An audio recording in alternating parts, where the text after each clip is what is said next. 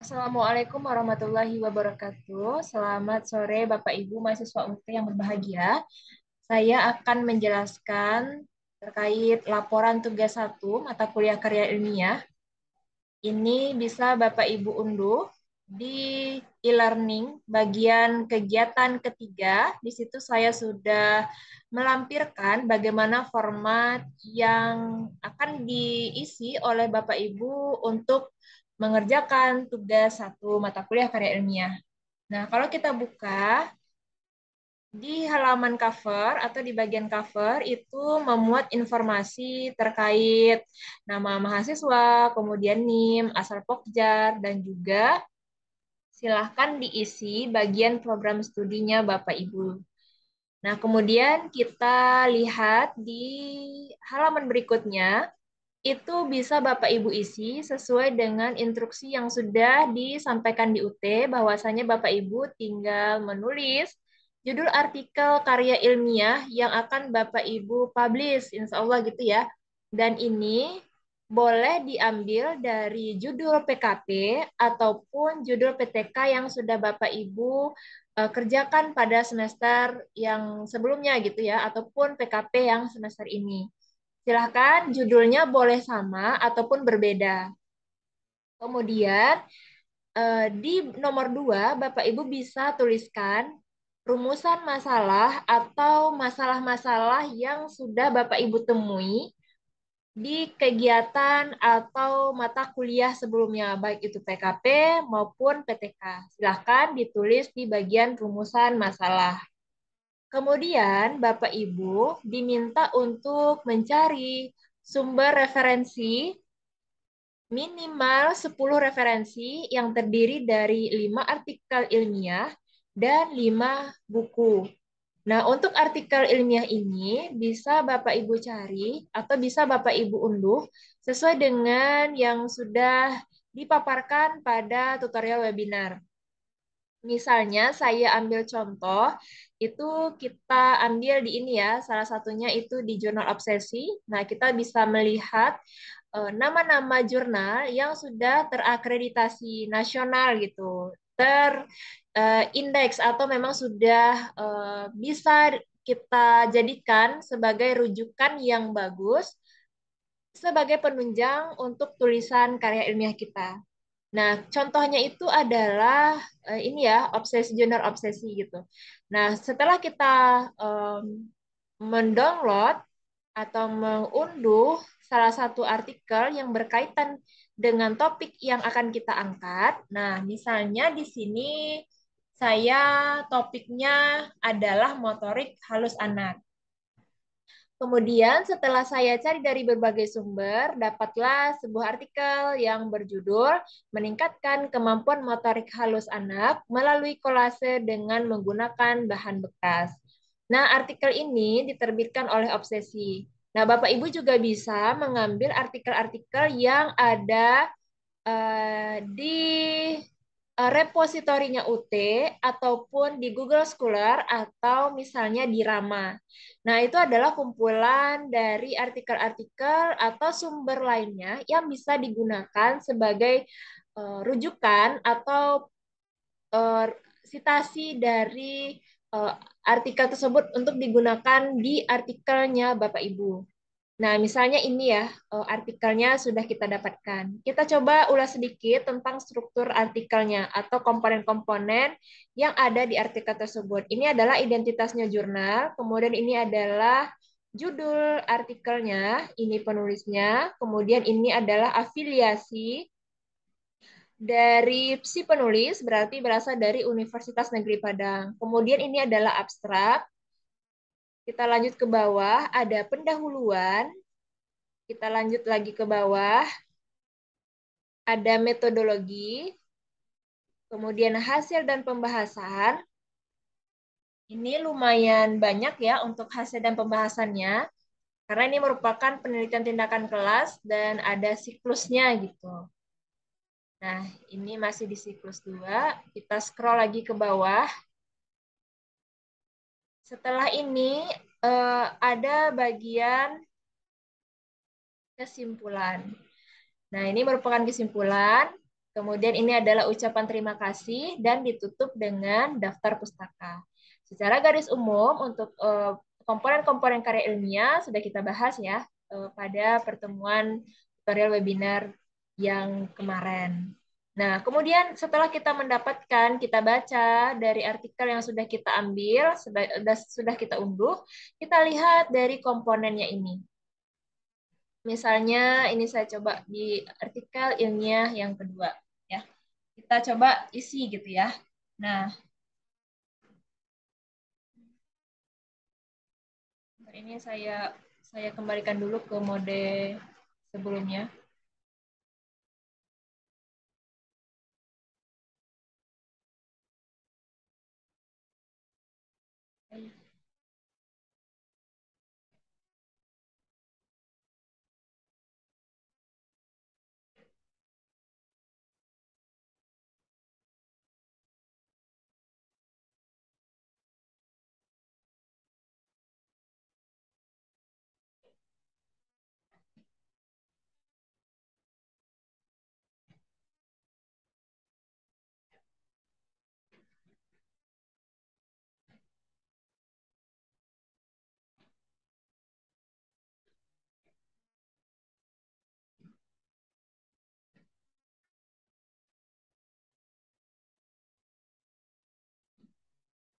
Baik, kita isi. Misalnya, kita cek ya, untuk komponen-komponen di rangkuman referensi untuk artikel ilmiah, silahkan kita lihat ada judul, ada identitas artikel, ada tujuan, ada metodologi, dan ada konsep yang dipelajari dari artikel sesuai dengan topik penelitian yang Bapak Ibu angkat. Oke, kita coba cek. Untuk judul, kita bisa lihat dari artikelnya, yaitu meningkatkan kemampuan motorik halus anak melalui kolase dengan menggunakan bahan bekas. Silahkan Bapak Ibu pakai sistem copy paste gitu ya untuk mempermudah Bapak Ibu, klik kanan copy. Kita kembali ke berkas laporannya, kita pastekan di sini. Nah, silakan nanti disesuaikan dengan format yang ada. Oke, setelah kita ketik judulnya, kita lanjut ke identitas artikel. Di sini ada penulis. Silahkan dicek siapakah yang menulis artikel ini. Yang menulisnya adalah Siti Darmiatun dan Farida Mayar. Ini bisa kita kopikan dan kita pastekan di sini. Klik paste. Oke. Silakan kita pisah dengan tanda koma saja ya antara penulis satu dan penulis dua. Di sini ada dua penulis. Oke, kita lanjut ke tahun terbit. Tahun terbitnya ini bisa kita lihat di identitasnya artikel itu volume 4 isu 1 tahun 2020. Silakan Bapak Ibu tulis atau misalnya mau ditulis dari volume 4 sampai 2020 juga boleh. Atau cuma tahun terbitnya juga boleh. Silakan kita copy, kemudian pastekan di sini. Oke, paste. Oke, gitu ya. Untuk kota terbit, jika eh, artikelnya tidak mengandung atau tidak memuat tahun apa asal dari daerahnya, bisa kita ganti dengan afiliasi atau asal dari universitas, misalnya dari penulisnya tersebut. Kita kopas, kita salin atau kita pastekan ke sini. Dan yang untuk identitas artikel terakhir adalah nama jurnal. Jadi bisa kita lihat ini jurnalnya dari Jurnal Obsesi. Bisa Bapak Ibu tulis di sini. Nama jurnal adalah Jurnal Obsesi. Itu untuk identitas artikel. Kita lanjut ke tujuan penulisan. Tujuan penulisan biasanya itu ada di bagian pendahuluan paragraf-paragraf terakhir gitu. Bisa nanti Bapak Ibu cek di pendahuluan. Kalau di sini itu ya di bagian-bagian akhir gitu ya. Nah, ini tujuan penulisan atau tujuan penelitian ini adalah untuk mengetahui kemampuan motorik halus anak setelah menerapkan kolase dengan menggunakan bahan bekas di TK Islam Bakti 91 Bukit 7 Damasraya. Silakan nanti Bapak Ibu blok, kemudian Bapak Ibu copy teks, dan Bapak Ibu pastekan ke bagian tujuan. Oke, begitu ya. Silakan nanti spasinya bisa disesuaikan agar lebih rapi. Oke, seperti itu. Nah, kita lanjutkan ke metodologi atau bagian yang keempat. Nah, di sini memuat informasi tentang jenis penelitian, teknik pengumpulan data, dan teknik analisis data. Nah, ini bisa kita hapus dulu ya. Kita hapus, tapi di sini ada contoh-contohnya ya. Baik, sebelum kita hapus, kita isi dulu gitu. Jenis penelitian, kita coba baca lagi informasi yang bisa kita ambil, itu ada di metodologi. Kita coba baca, penelitian ini menggunakan penelitian tindakan kelas atau Classroom Action Research atau PTK. Nah, ini bisa Bapak Ibu tulis, jadi jenis penelitian ini adalah PTK. Bisa kita tulis, PTK. Oke, kita lanjut ke informasi berikutnya mengenai teknik pengumpulan data. Kita baca lagi teknik pengumpulan datanya. Di sini tercatat bahwa teknik pengumpulan data menggunakan teknik observasi, wawancara, dan dokumentasi. Silakan Bapak Ibu copy, Bapak Ibu pastekan. Ini kita hapus dulu. Kita pastekan. Oke, silahkan sesuaikan dengan format yang ada. Ya, sudah lebih rapi. Kemudian lanjut ke teknik analisis data. Kita cek lagi. Teknik analisis data yang digunakan adalah teknik deskriptif kualitatif dengan persentase. Ini bisa kita kopas, copy pastekan ke format yang sudah dikirim melalui e-learning ya Bapak Ibu. Copy. Copy paste. Oke, sudah. Berarti kita sudah menghimpun data-data tentang metodologi penelitian. Lanjut kita ke konsep yang dipelajari dari artikel sesuai dengan topik penelitian. Nah, ini memuat informasi-informasi yang digunakan untuk memperkuat dari artikel yang akan kita buat. Nah, bisa memuat informasi tentang variabel atau media yang digunakan atau materi yang digunakan oleh penelitian tersebut, atau bisa jadi instrumen-instrumen atau variabel dan lain-lain. Yang intinya bisa menunjang atau menguatkan pendapat atau kalimat atau kata-kata yang mendukung untuk penelitian kita yaitu atau artikel yang akan kita buat. Nah, ini bisa kita hapus dulu. Nah, biasanya informasi itu tersebar Bapak Ibu mulai dari pendahuluan sampai kesimpulan. Kalau kita cek dari pendahuluan ini, apa sih yang bisa kita ambil informasinya gitu ya. Nah, bisa kita ambil adalah pengertiannya. Di sini sudah ketemu gerakan motorik halus adalah apabila gerakan yang hanya otot-otot kecil seperti keterampilan jemari-jemari tangan dan gerakan pergelangan tangan yang tepat. Nah, ini dikutip dari pendapat Alten Muller tahun 2017. Ini informasi yang sangat penting untuk Bapak Ibu terkait tentang definisi gitu ya, atau pengertian gerakan motorik halus. Silahkan di-copy dan dipastekan ke sini, ke laporan yang akan Bapak Ibu tulis, yang akan Bapak Ibu kumpulkan gitu. Nah, begini. Silahkan dirapikan kembali. Nah, jika banyak informasi yang kita ambil, silakan gunakan ini ya, penomoran gitu ya. Nah, kita lanjut ke nomor 2. Apa saja sih yang bisa kita ambil gitu sebagai pemuat tulisan kita. Oke, kalau di sini saya menemukan indikator gitu ya. Indikator yang terdapat pada kompetensi dasar tentang aspek motorik halus. Nah, ini merupakan indikator penilaian yang bisa kita gunakan gitu. Nah, yang diambilnya itu berbentuk gambar. Nah, yang dinilai adalah anak dapat menebalkan bentuk gambar, menempel sesuai pola gambar, serta kerapian pada hasil karya. Ini menurut Mulyasa tahun 2013. Nah, ini bisa kita gunakan sebagai referensi tulisan kita. Silakan di-copy dan dipastekan. Oke. Kita hapus, kita rapikan kembali penulisannya.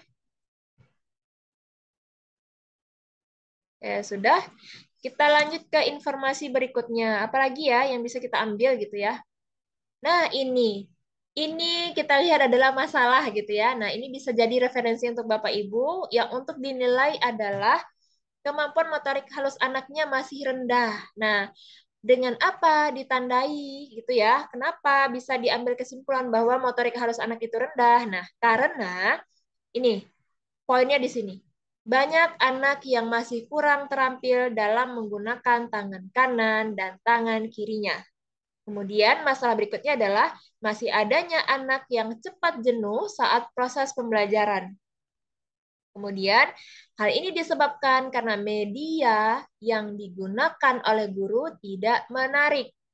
Guru kurang kreatif dalam memberikan kegiatan belajar kepada anak, dan guru sering memberikan kegiatan menggambar, mewarnai, dan mengerjakan lembar kerja anak. Kemudian, guru juga sering mengulang-ulang dengan memberikan kegiatan yang sama, sehingga anak tidak mendapatkan pengalaman belajar yang baru. Nah, ini penting sekali kita bisa melihat bagaimana penulis menjabarkan masalah-masalah yang sudah ditemui di lapangan. Nah, ini bisa jadi referensi untuk Bapak Ibu ketika melihat aspek-aspek yang ada ya di anak ataupun di guru yang kemudian bisa kita amati kembali di kondisinya kita gitu atau di lingkungannya kita yang bisa kita jadikan sebagai bahan untuk tulisan kita masing-masing. Nah, begitu ya Bapak Ibu ya. Masalahnya bisa copy paste juga ke laporan yang ada. Silahkan dirapikan kembali. Ini masalahnya kemampuan motorik halus anaknya masih rendah. Kenapa masih rendah? Karena ditandai oleh beberapa indikator-indikator berikut. Ini juga kita copy pastekan.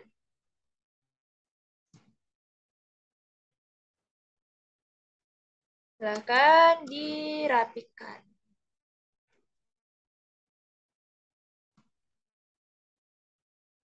Oke, untuk masalahnya kita sudah selesai gitu ya. Ini masalah. Masalah. Titik dua. Oke. Lanjut. Apalagi informasi yang bisa kita dapatkan? Barangkali di sini sudah ya. Ini lebih ke ini. Oh, ini ada. Yang digunakan untuk menstimulasi perkembangan motorik halus anak itu adalah memilih kegiatan kolase dengan bahan bekas. Nah, ini dijadikan sebagai sarana oleh peneliti untuk meningkatkan kemampuan motorik halus anak. Nah, ini bisa menjadi poin penting juga sebagai referensi gitu ya. Nah, boleh kita copy pastekan ke tugasnya kita. Tuh. Sehingga kita bisa tahu ternyata kolase ini bisa digunakan untuk menstimulasi perkembangan motorik halus anak. Oke, berikutnya ini adalah pengertian kolase itu sendiri. Nah, ini bisa kita ambil nih. Kalau misalnya Bapak Ibu nanti menggunakan kolase gitu ya, bisa diambil pendapatnya. Nah, ini tinggal copy paste saja ke tugas kita. Oke, berikutnya kita cek apalagi yang bisa dijadikan sebagai referensi gitu ya. Oke, ke bawah. Ini metodologi sudah kita bahas. Nah, untuk hasil pembahasan bisa kita baca. Nah, di sini karena menggunakan PTK berarti ada siklus yang digunakan oleh si penulis. Nah, sebelum melakukan siklus, di sini sudah dikatakan bahwa penulis melakukan observasi perkembangan motorik halus anak usia 5-6 tahun. Di sini sudah dijelaskan bahwa kegiatannya itu ada pratindakan atau prasiklus gitu ya. Nah, ini bisa dilihat Bapak Ibu, ternyata di prasiklus itu ada beberapa kemampuan anak yang sangat membutuhkan bimbingan dan stimulus. agar anak bisa mengembangkan kemampuan motorik halusnya yang berhubungan dengan gerakan jari jemari dan koordinasi mata tangan seperti kesiapan menulis, menggambar, mewarnai, menjiplak, menggunting, dan menempel. Inilah yang dilakukan oleh penulis pada pra prasiklus atau pratindakan gitu. Nah, ini bisa kita gunakan. Nah, boleh dijabarkan, boleh juga tidak ya. Nah, di sini ada prasiklus, ada siklus 1 dan ada siklus 2. Nah, Bapak Ibu bisa tambahkan informasi siklus 1 itu ngapain, prasiklus itu ngapain, siklus 1 itu ngapain, dan siklus 2 itu ngapain. Jadi ada langkah-langkah yang dilakukan oleh guru dalam membuat tindakan atau dalam melakukan tindakan kepada anak terkait aspek motorik halus anak. Nah, ini bisa kita baca. Jika Bapak Ibu mau menuliskan, sangat boleh karena ini lebih detail dan ini sangat membantu Bapak Ibu dalam menuliskan artikel ilmiah sesuai dengan topik yang akan Bapak Ibu angkat. Seperti itu ya. Nah, ini misalnya pertemuan pertama. Guru menjelaskan kegiatan kolase pada hari itu menggunakan cangkang telur dan pola gambar yang digunakan adalah gambar jerapah. Nah, boleh ditambahkan di sini. Berarti kegiatan siklus 1. Nah, kegiatan siklus 1 ada yang pertama.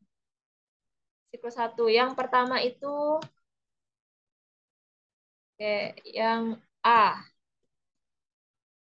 Kita coba cek. A itu adalah kolase gambar jerapah dengan cangkang telur. Kita tulis. Kolase gambar jerapah dengan cangkang telur. Yang kedua, kita cek lagi apa yang dilakukan. Yang kedua adalah, oh ini, kegiatan berikutnya adalah menghubungkan gambar dengan gambar macam-macam binatang dengan tulisan yang sesuai. Namun ini kan bukan dari kolase ya, jadi kita abaikan saja. Kemudian kita fokus ke yang kolasenya aja. Nah, yang kedua adalah pertemuan 2 pada siklus 1. Ini masih di siklus 1, pertemuan 2-nya.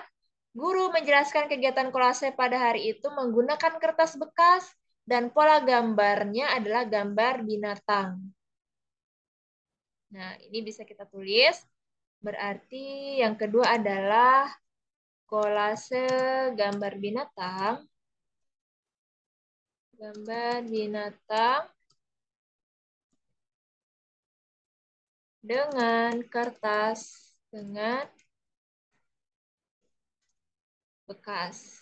Oke, yang ketiga, jika ada, kita coba cek lagi. Yang ketiga itu, oh ada. Pertemuan ketiga pada siklus 1, guru mempraktekkan cara kolase dari ampas kelapa yang sudah diwarnai. Dan polanya itu gambar bulan. Oke, kita tulis di sini. Kolase gambar bulan dengan menggunakan ampas kelapa yang diwarnai. Oke, gitu ya. Kita lanjut. Ini masih adakah kegiatannya? Oke, tidak ada. Kita lanjut ke siklus yang kedua. Begitu juga seterusnya. Silakan Bapak Ibu nanti pelajari kegiatan di siklus 2. Siklus 2. Nah, apa saja kegiatan di siklus 2? Silakan Bapak Ibu buat sesuai dengan petunjuk yang di atas ya, dan juga contoh nih misalnya di siklus 1 ini adalah hal-hal yang dilakukan oleh guru untuk menstimulasi perkembangan motorik halus anak. Begitu juga di siklus 2. Nah, ini juga silakan Bapak Ibu sampaikan.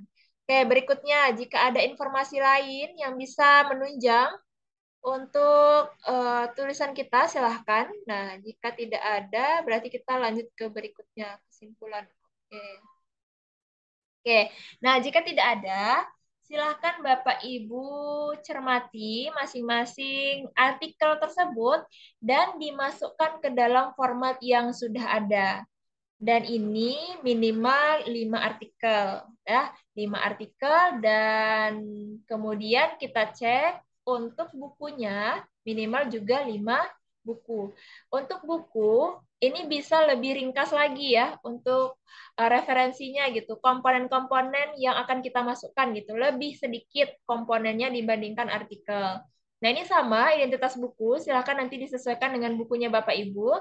Kemudian jangan lupa ini halaman, silakan ditulis halaman berapa yang akan dijadikan sebagai sumber bacaannya kita. Dan kemudian yang terakhir itu adalah konsep yang dipelajari dan diambil dari buku yang sesuai dengan topik penelitiannya Bapak Ibu. Ini bisa ditulis adalah misalnya pengertian motorik halus menurut buku ini begini begini begini. Kemudian aspeknya satu 2 3. Kemudian ciri-cirinya seperti apa motorik halus itu ini gitu. Nah, dan juga silakan Bapak Ibu perhatikan informasi-informasi tersebut juga memuat terkait aspek atau topik yang sekiranya membantu kita dalam menulis sebuah artikel. Nah, begitu ya Bapak Ibu ya, untuk membuat uh, hasil temuan atau hasil analisis dari jurnal dan juga buku yang digunakan sebagai referensi dalam penulisan artikel ilmiah. Lanjut kita ke tugas berikutnya, yaitu membuat kerangka penulisan artikel ilmiah. Nah, seperti yang sudah saya sampaikan, bahwasanya di dalam tulisan ini memuat beberapa aspek ya, sesuai dengan strukturnya penulisan karya ilmiah. Di sini ada judul, silakan nanti ditulis judul. Kemudian author ini adalah penulis, itu nama Bapak Ibu sebagai penulis pertama.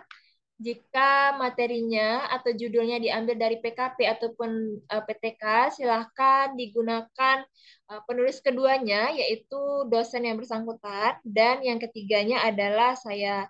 Namun, jika materinya itu tidak diambil dari PKP ataupun PTK, silahkan nanti penulis pertamanya adalah nama Bapak Ibu, dan penulis keduanya adalah saya.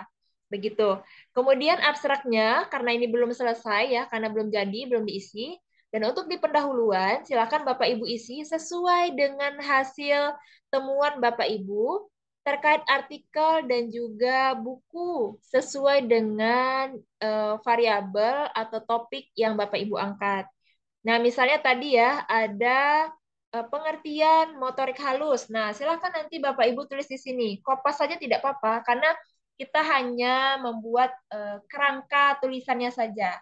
Nah, untuk yang pertama ini silakan Bapak Ibu copy paste saja informasi-informasi yang akan kita masukkan ke pendahuluan. Misalnya tadi ya, kita sudah menemukan pengertian motorik halus.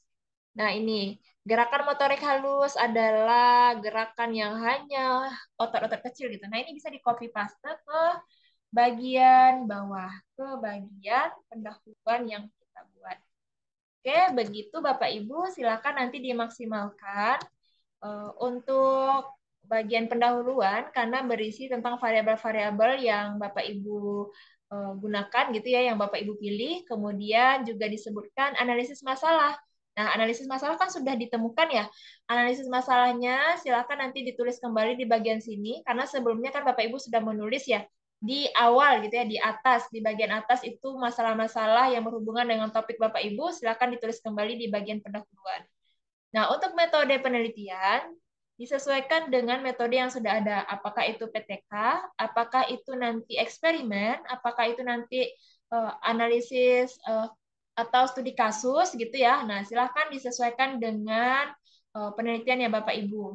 Kemudian ini belum diisi. Nah, satu lagi ini saya lupa menghapusnya ya. Silakan nanti Bapak Ibu sesuaikan dengan referensi yang sudah Bapak Ibu dapatkan gitu ya. Seperti misalnya tadi ada 5 artikel ilmiah dan 5 buku. Nah, silakan Bapak Ibu isi, Bapak Ibu masukkan di sini. Berarti kalau sudah ada 5 artikel dan 5 buku, di daftar pustaka sudah memuat 5 artikel dan 5 buku atau memiliki 10 sumber daftar pustaka. Silakan disesuaikan dengan topik masing-masing. Begitu Bapak Ibu terkait tugas satu. Nah, ini silakan dimaksimalkan karena ini sangat membantu Bapak Ibu dalam menuliskan artikel ilmiah. Harapannya adalah kita bisa menerbitkan artikel ilmiah yang sesuai dengan aturan yang ada dan juga bebas plagiasi. Demikian yang dapat saya sampaikan. Semoga membantu dan juga tetap semangat dalam mengerjakan tugas-tugas dan aktivitas yang lain. Saya tutup. Wassalamualaikum warahmatullahi wabarakatuh.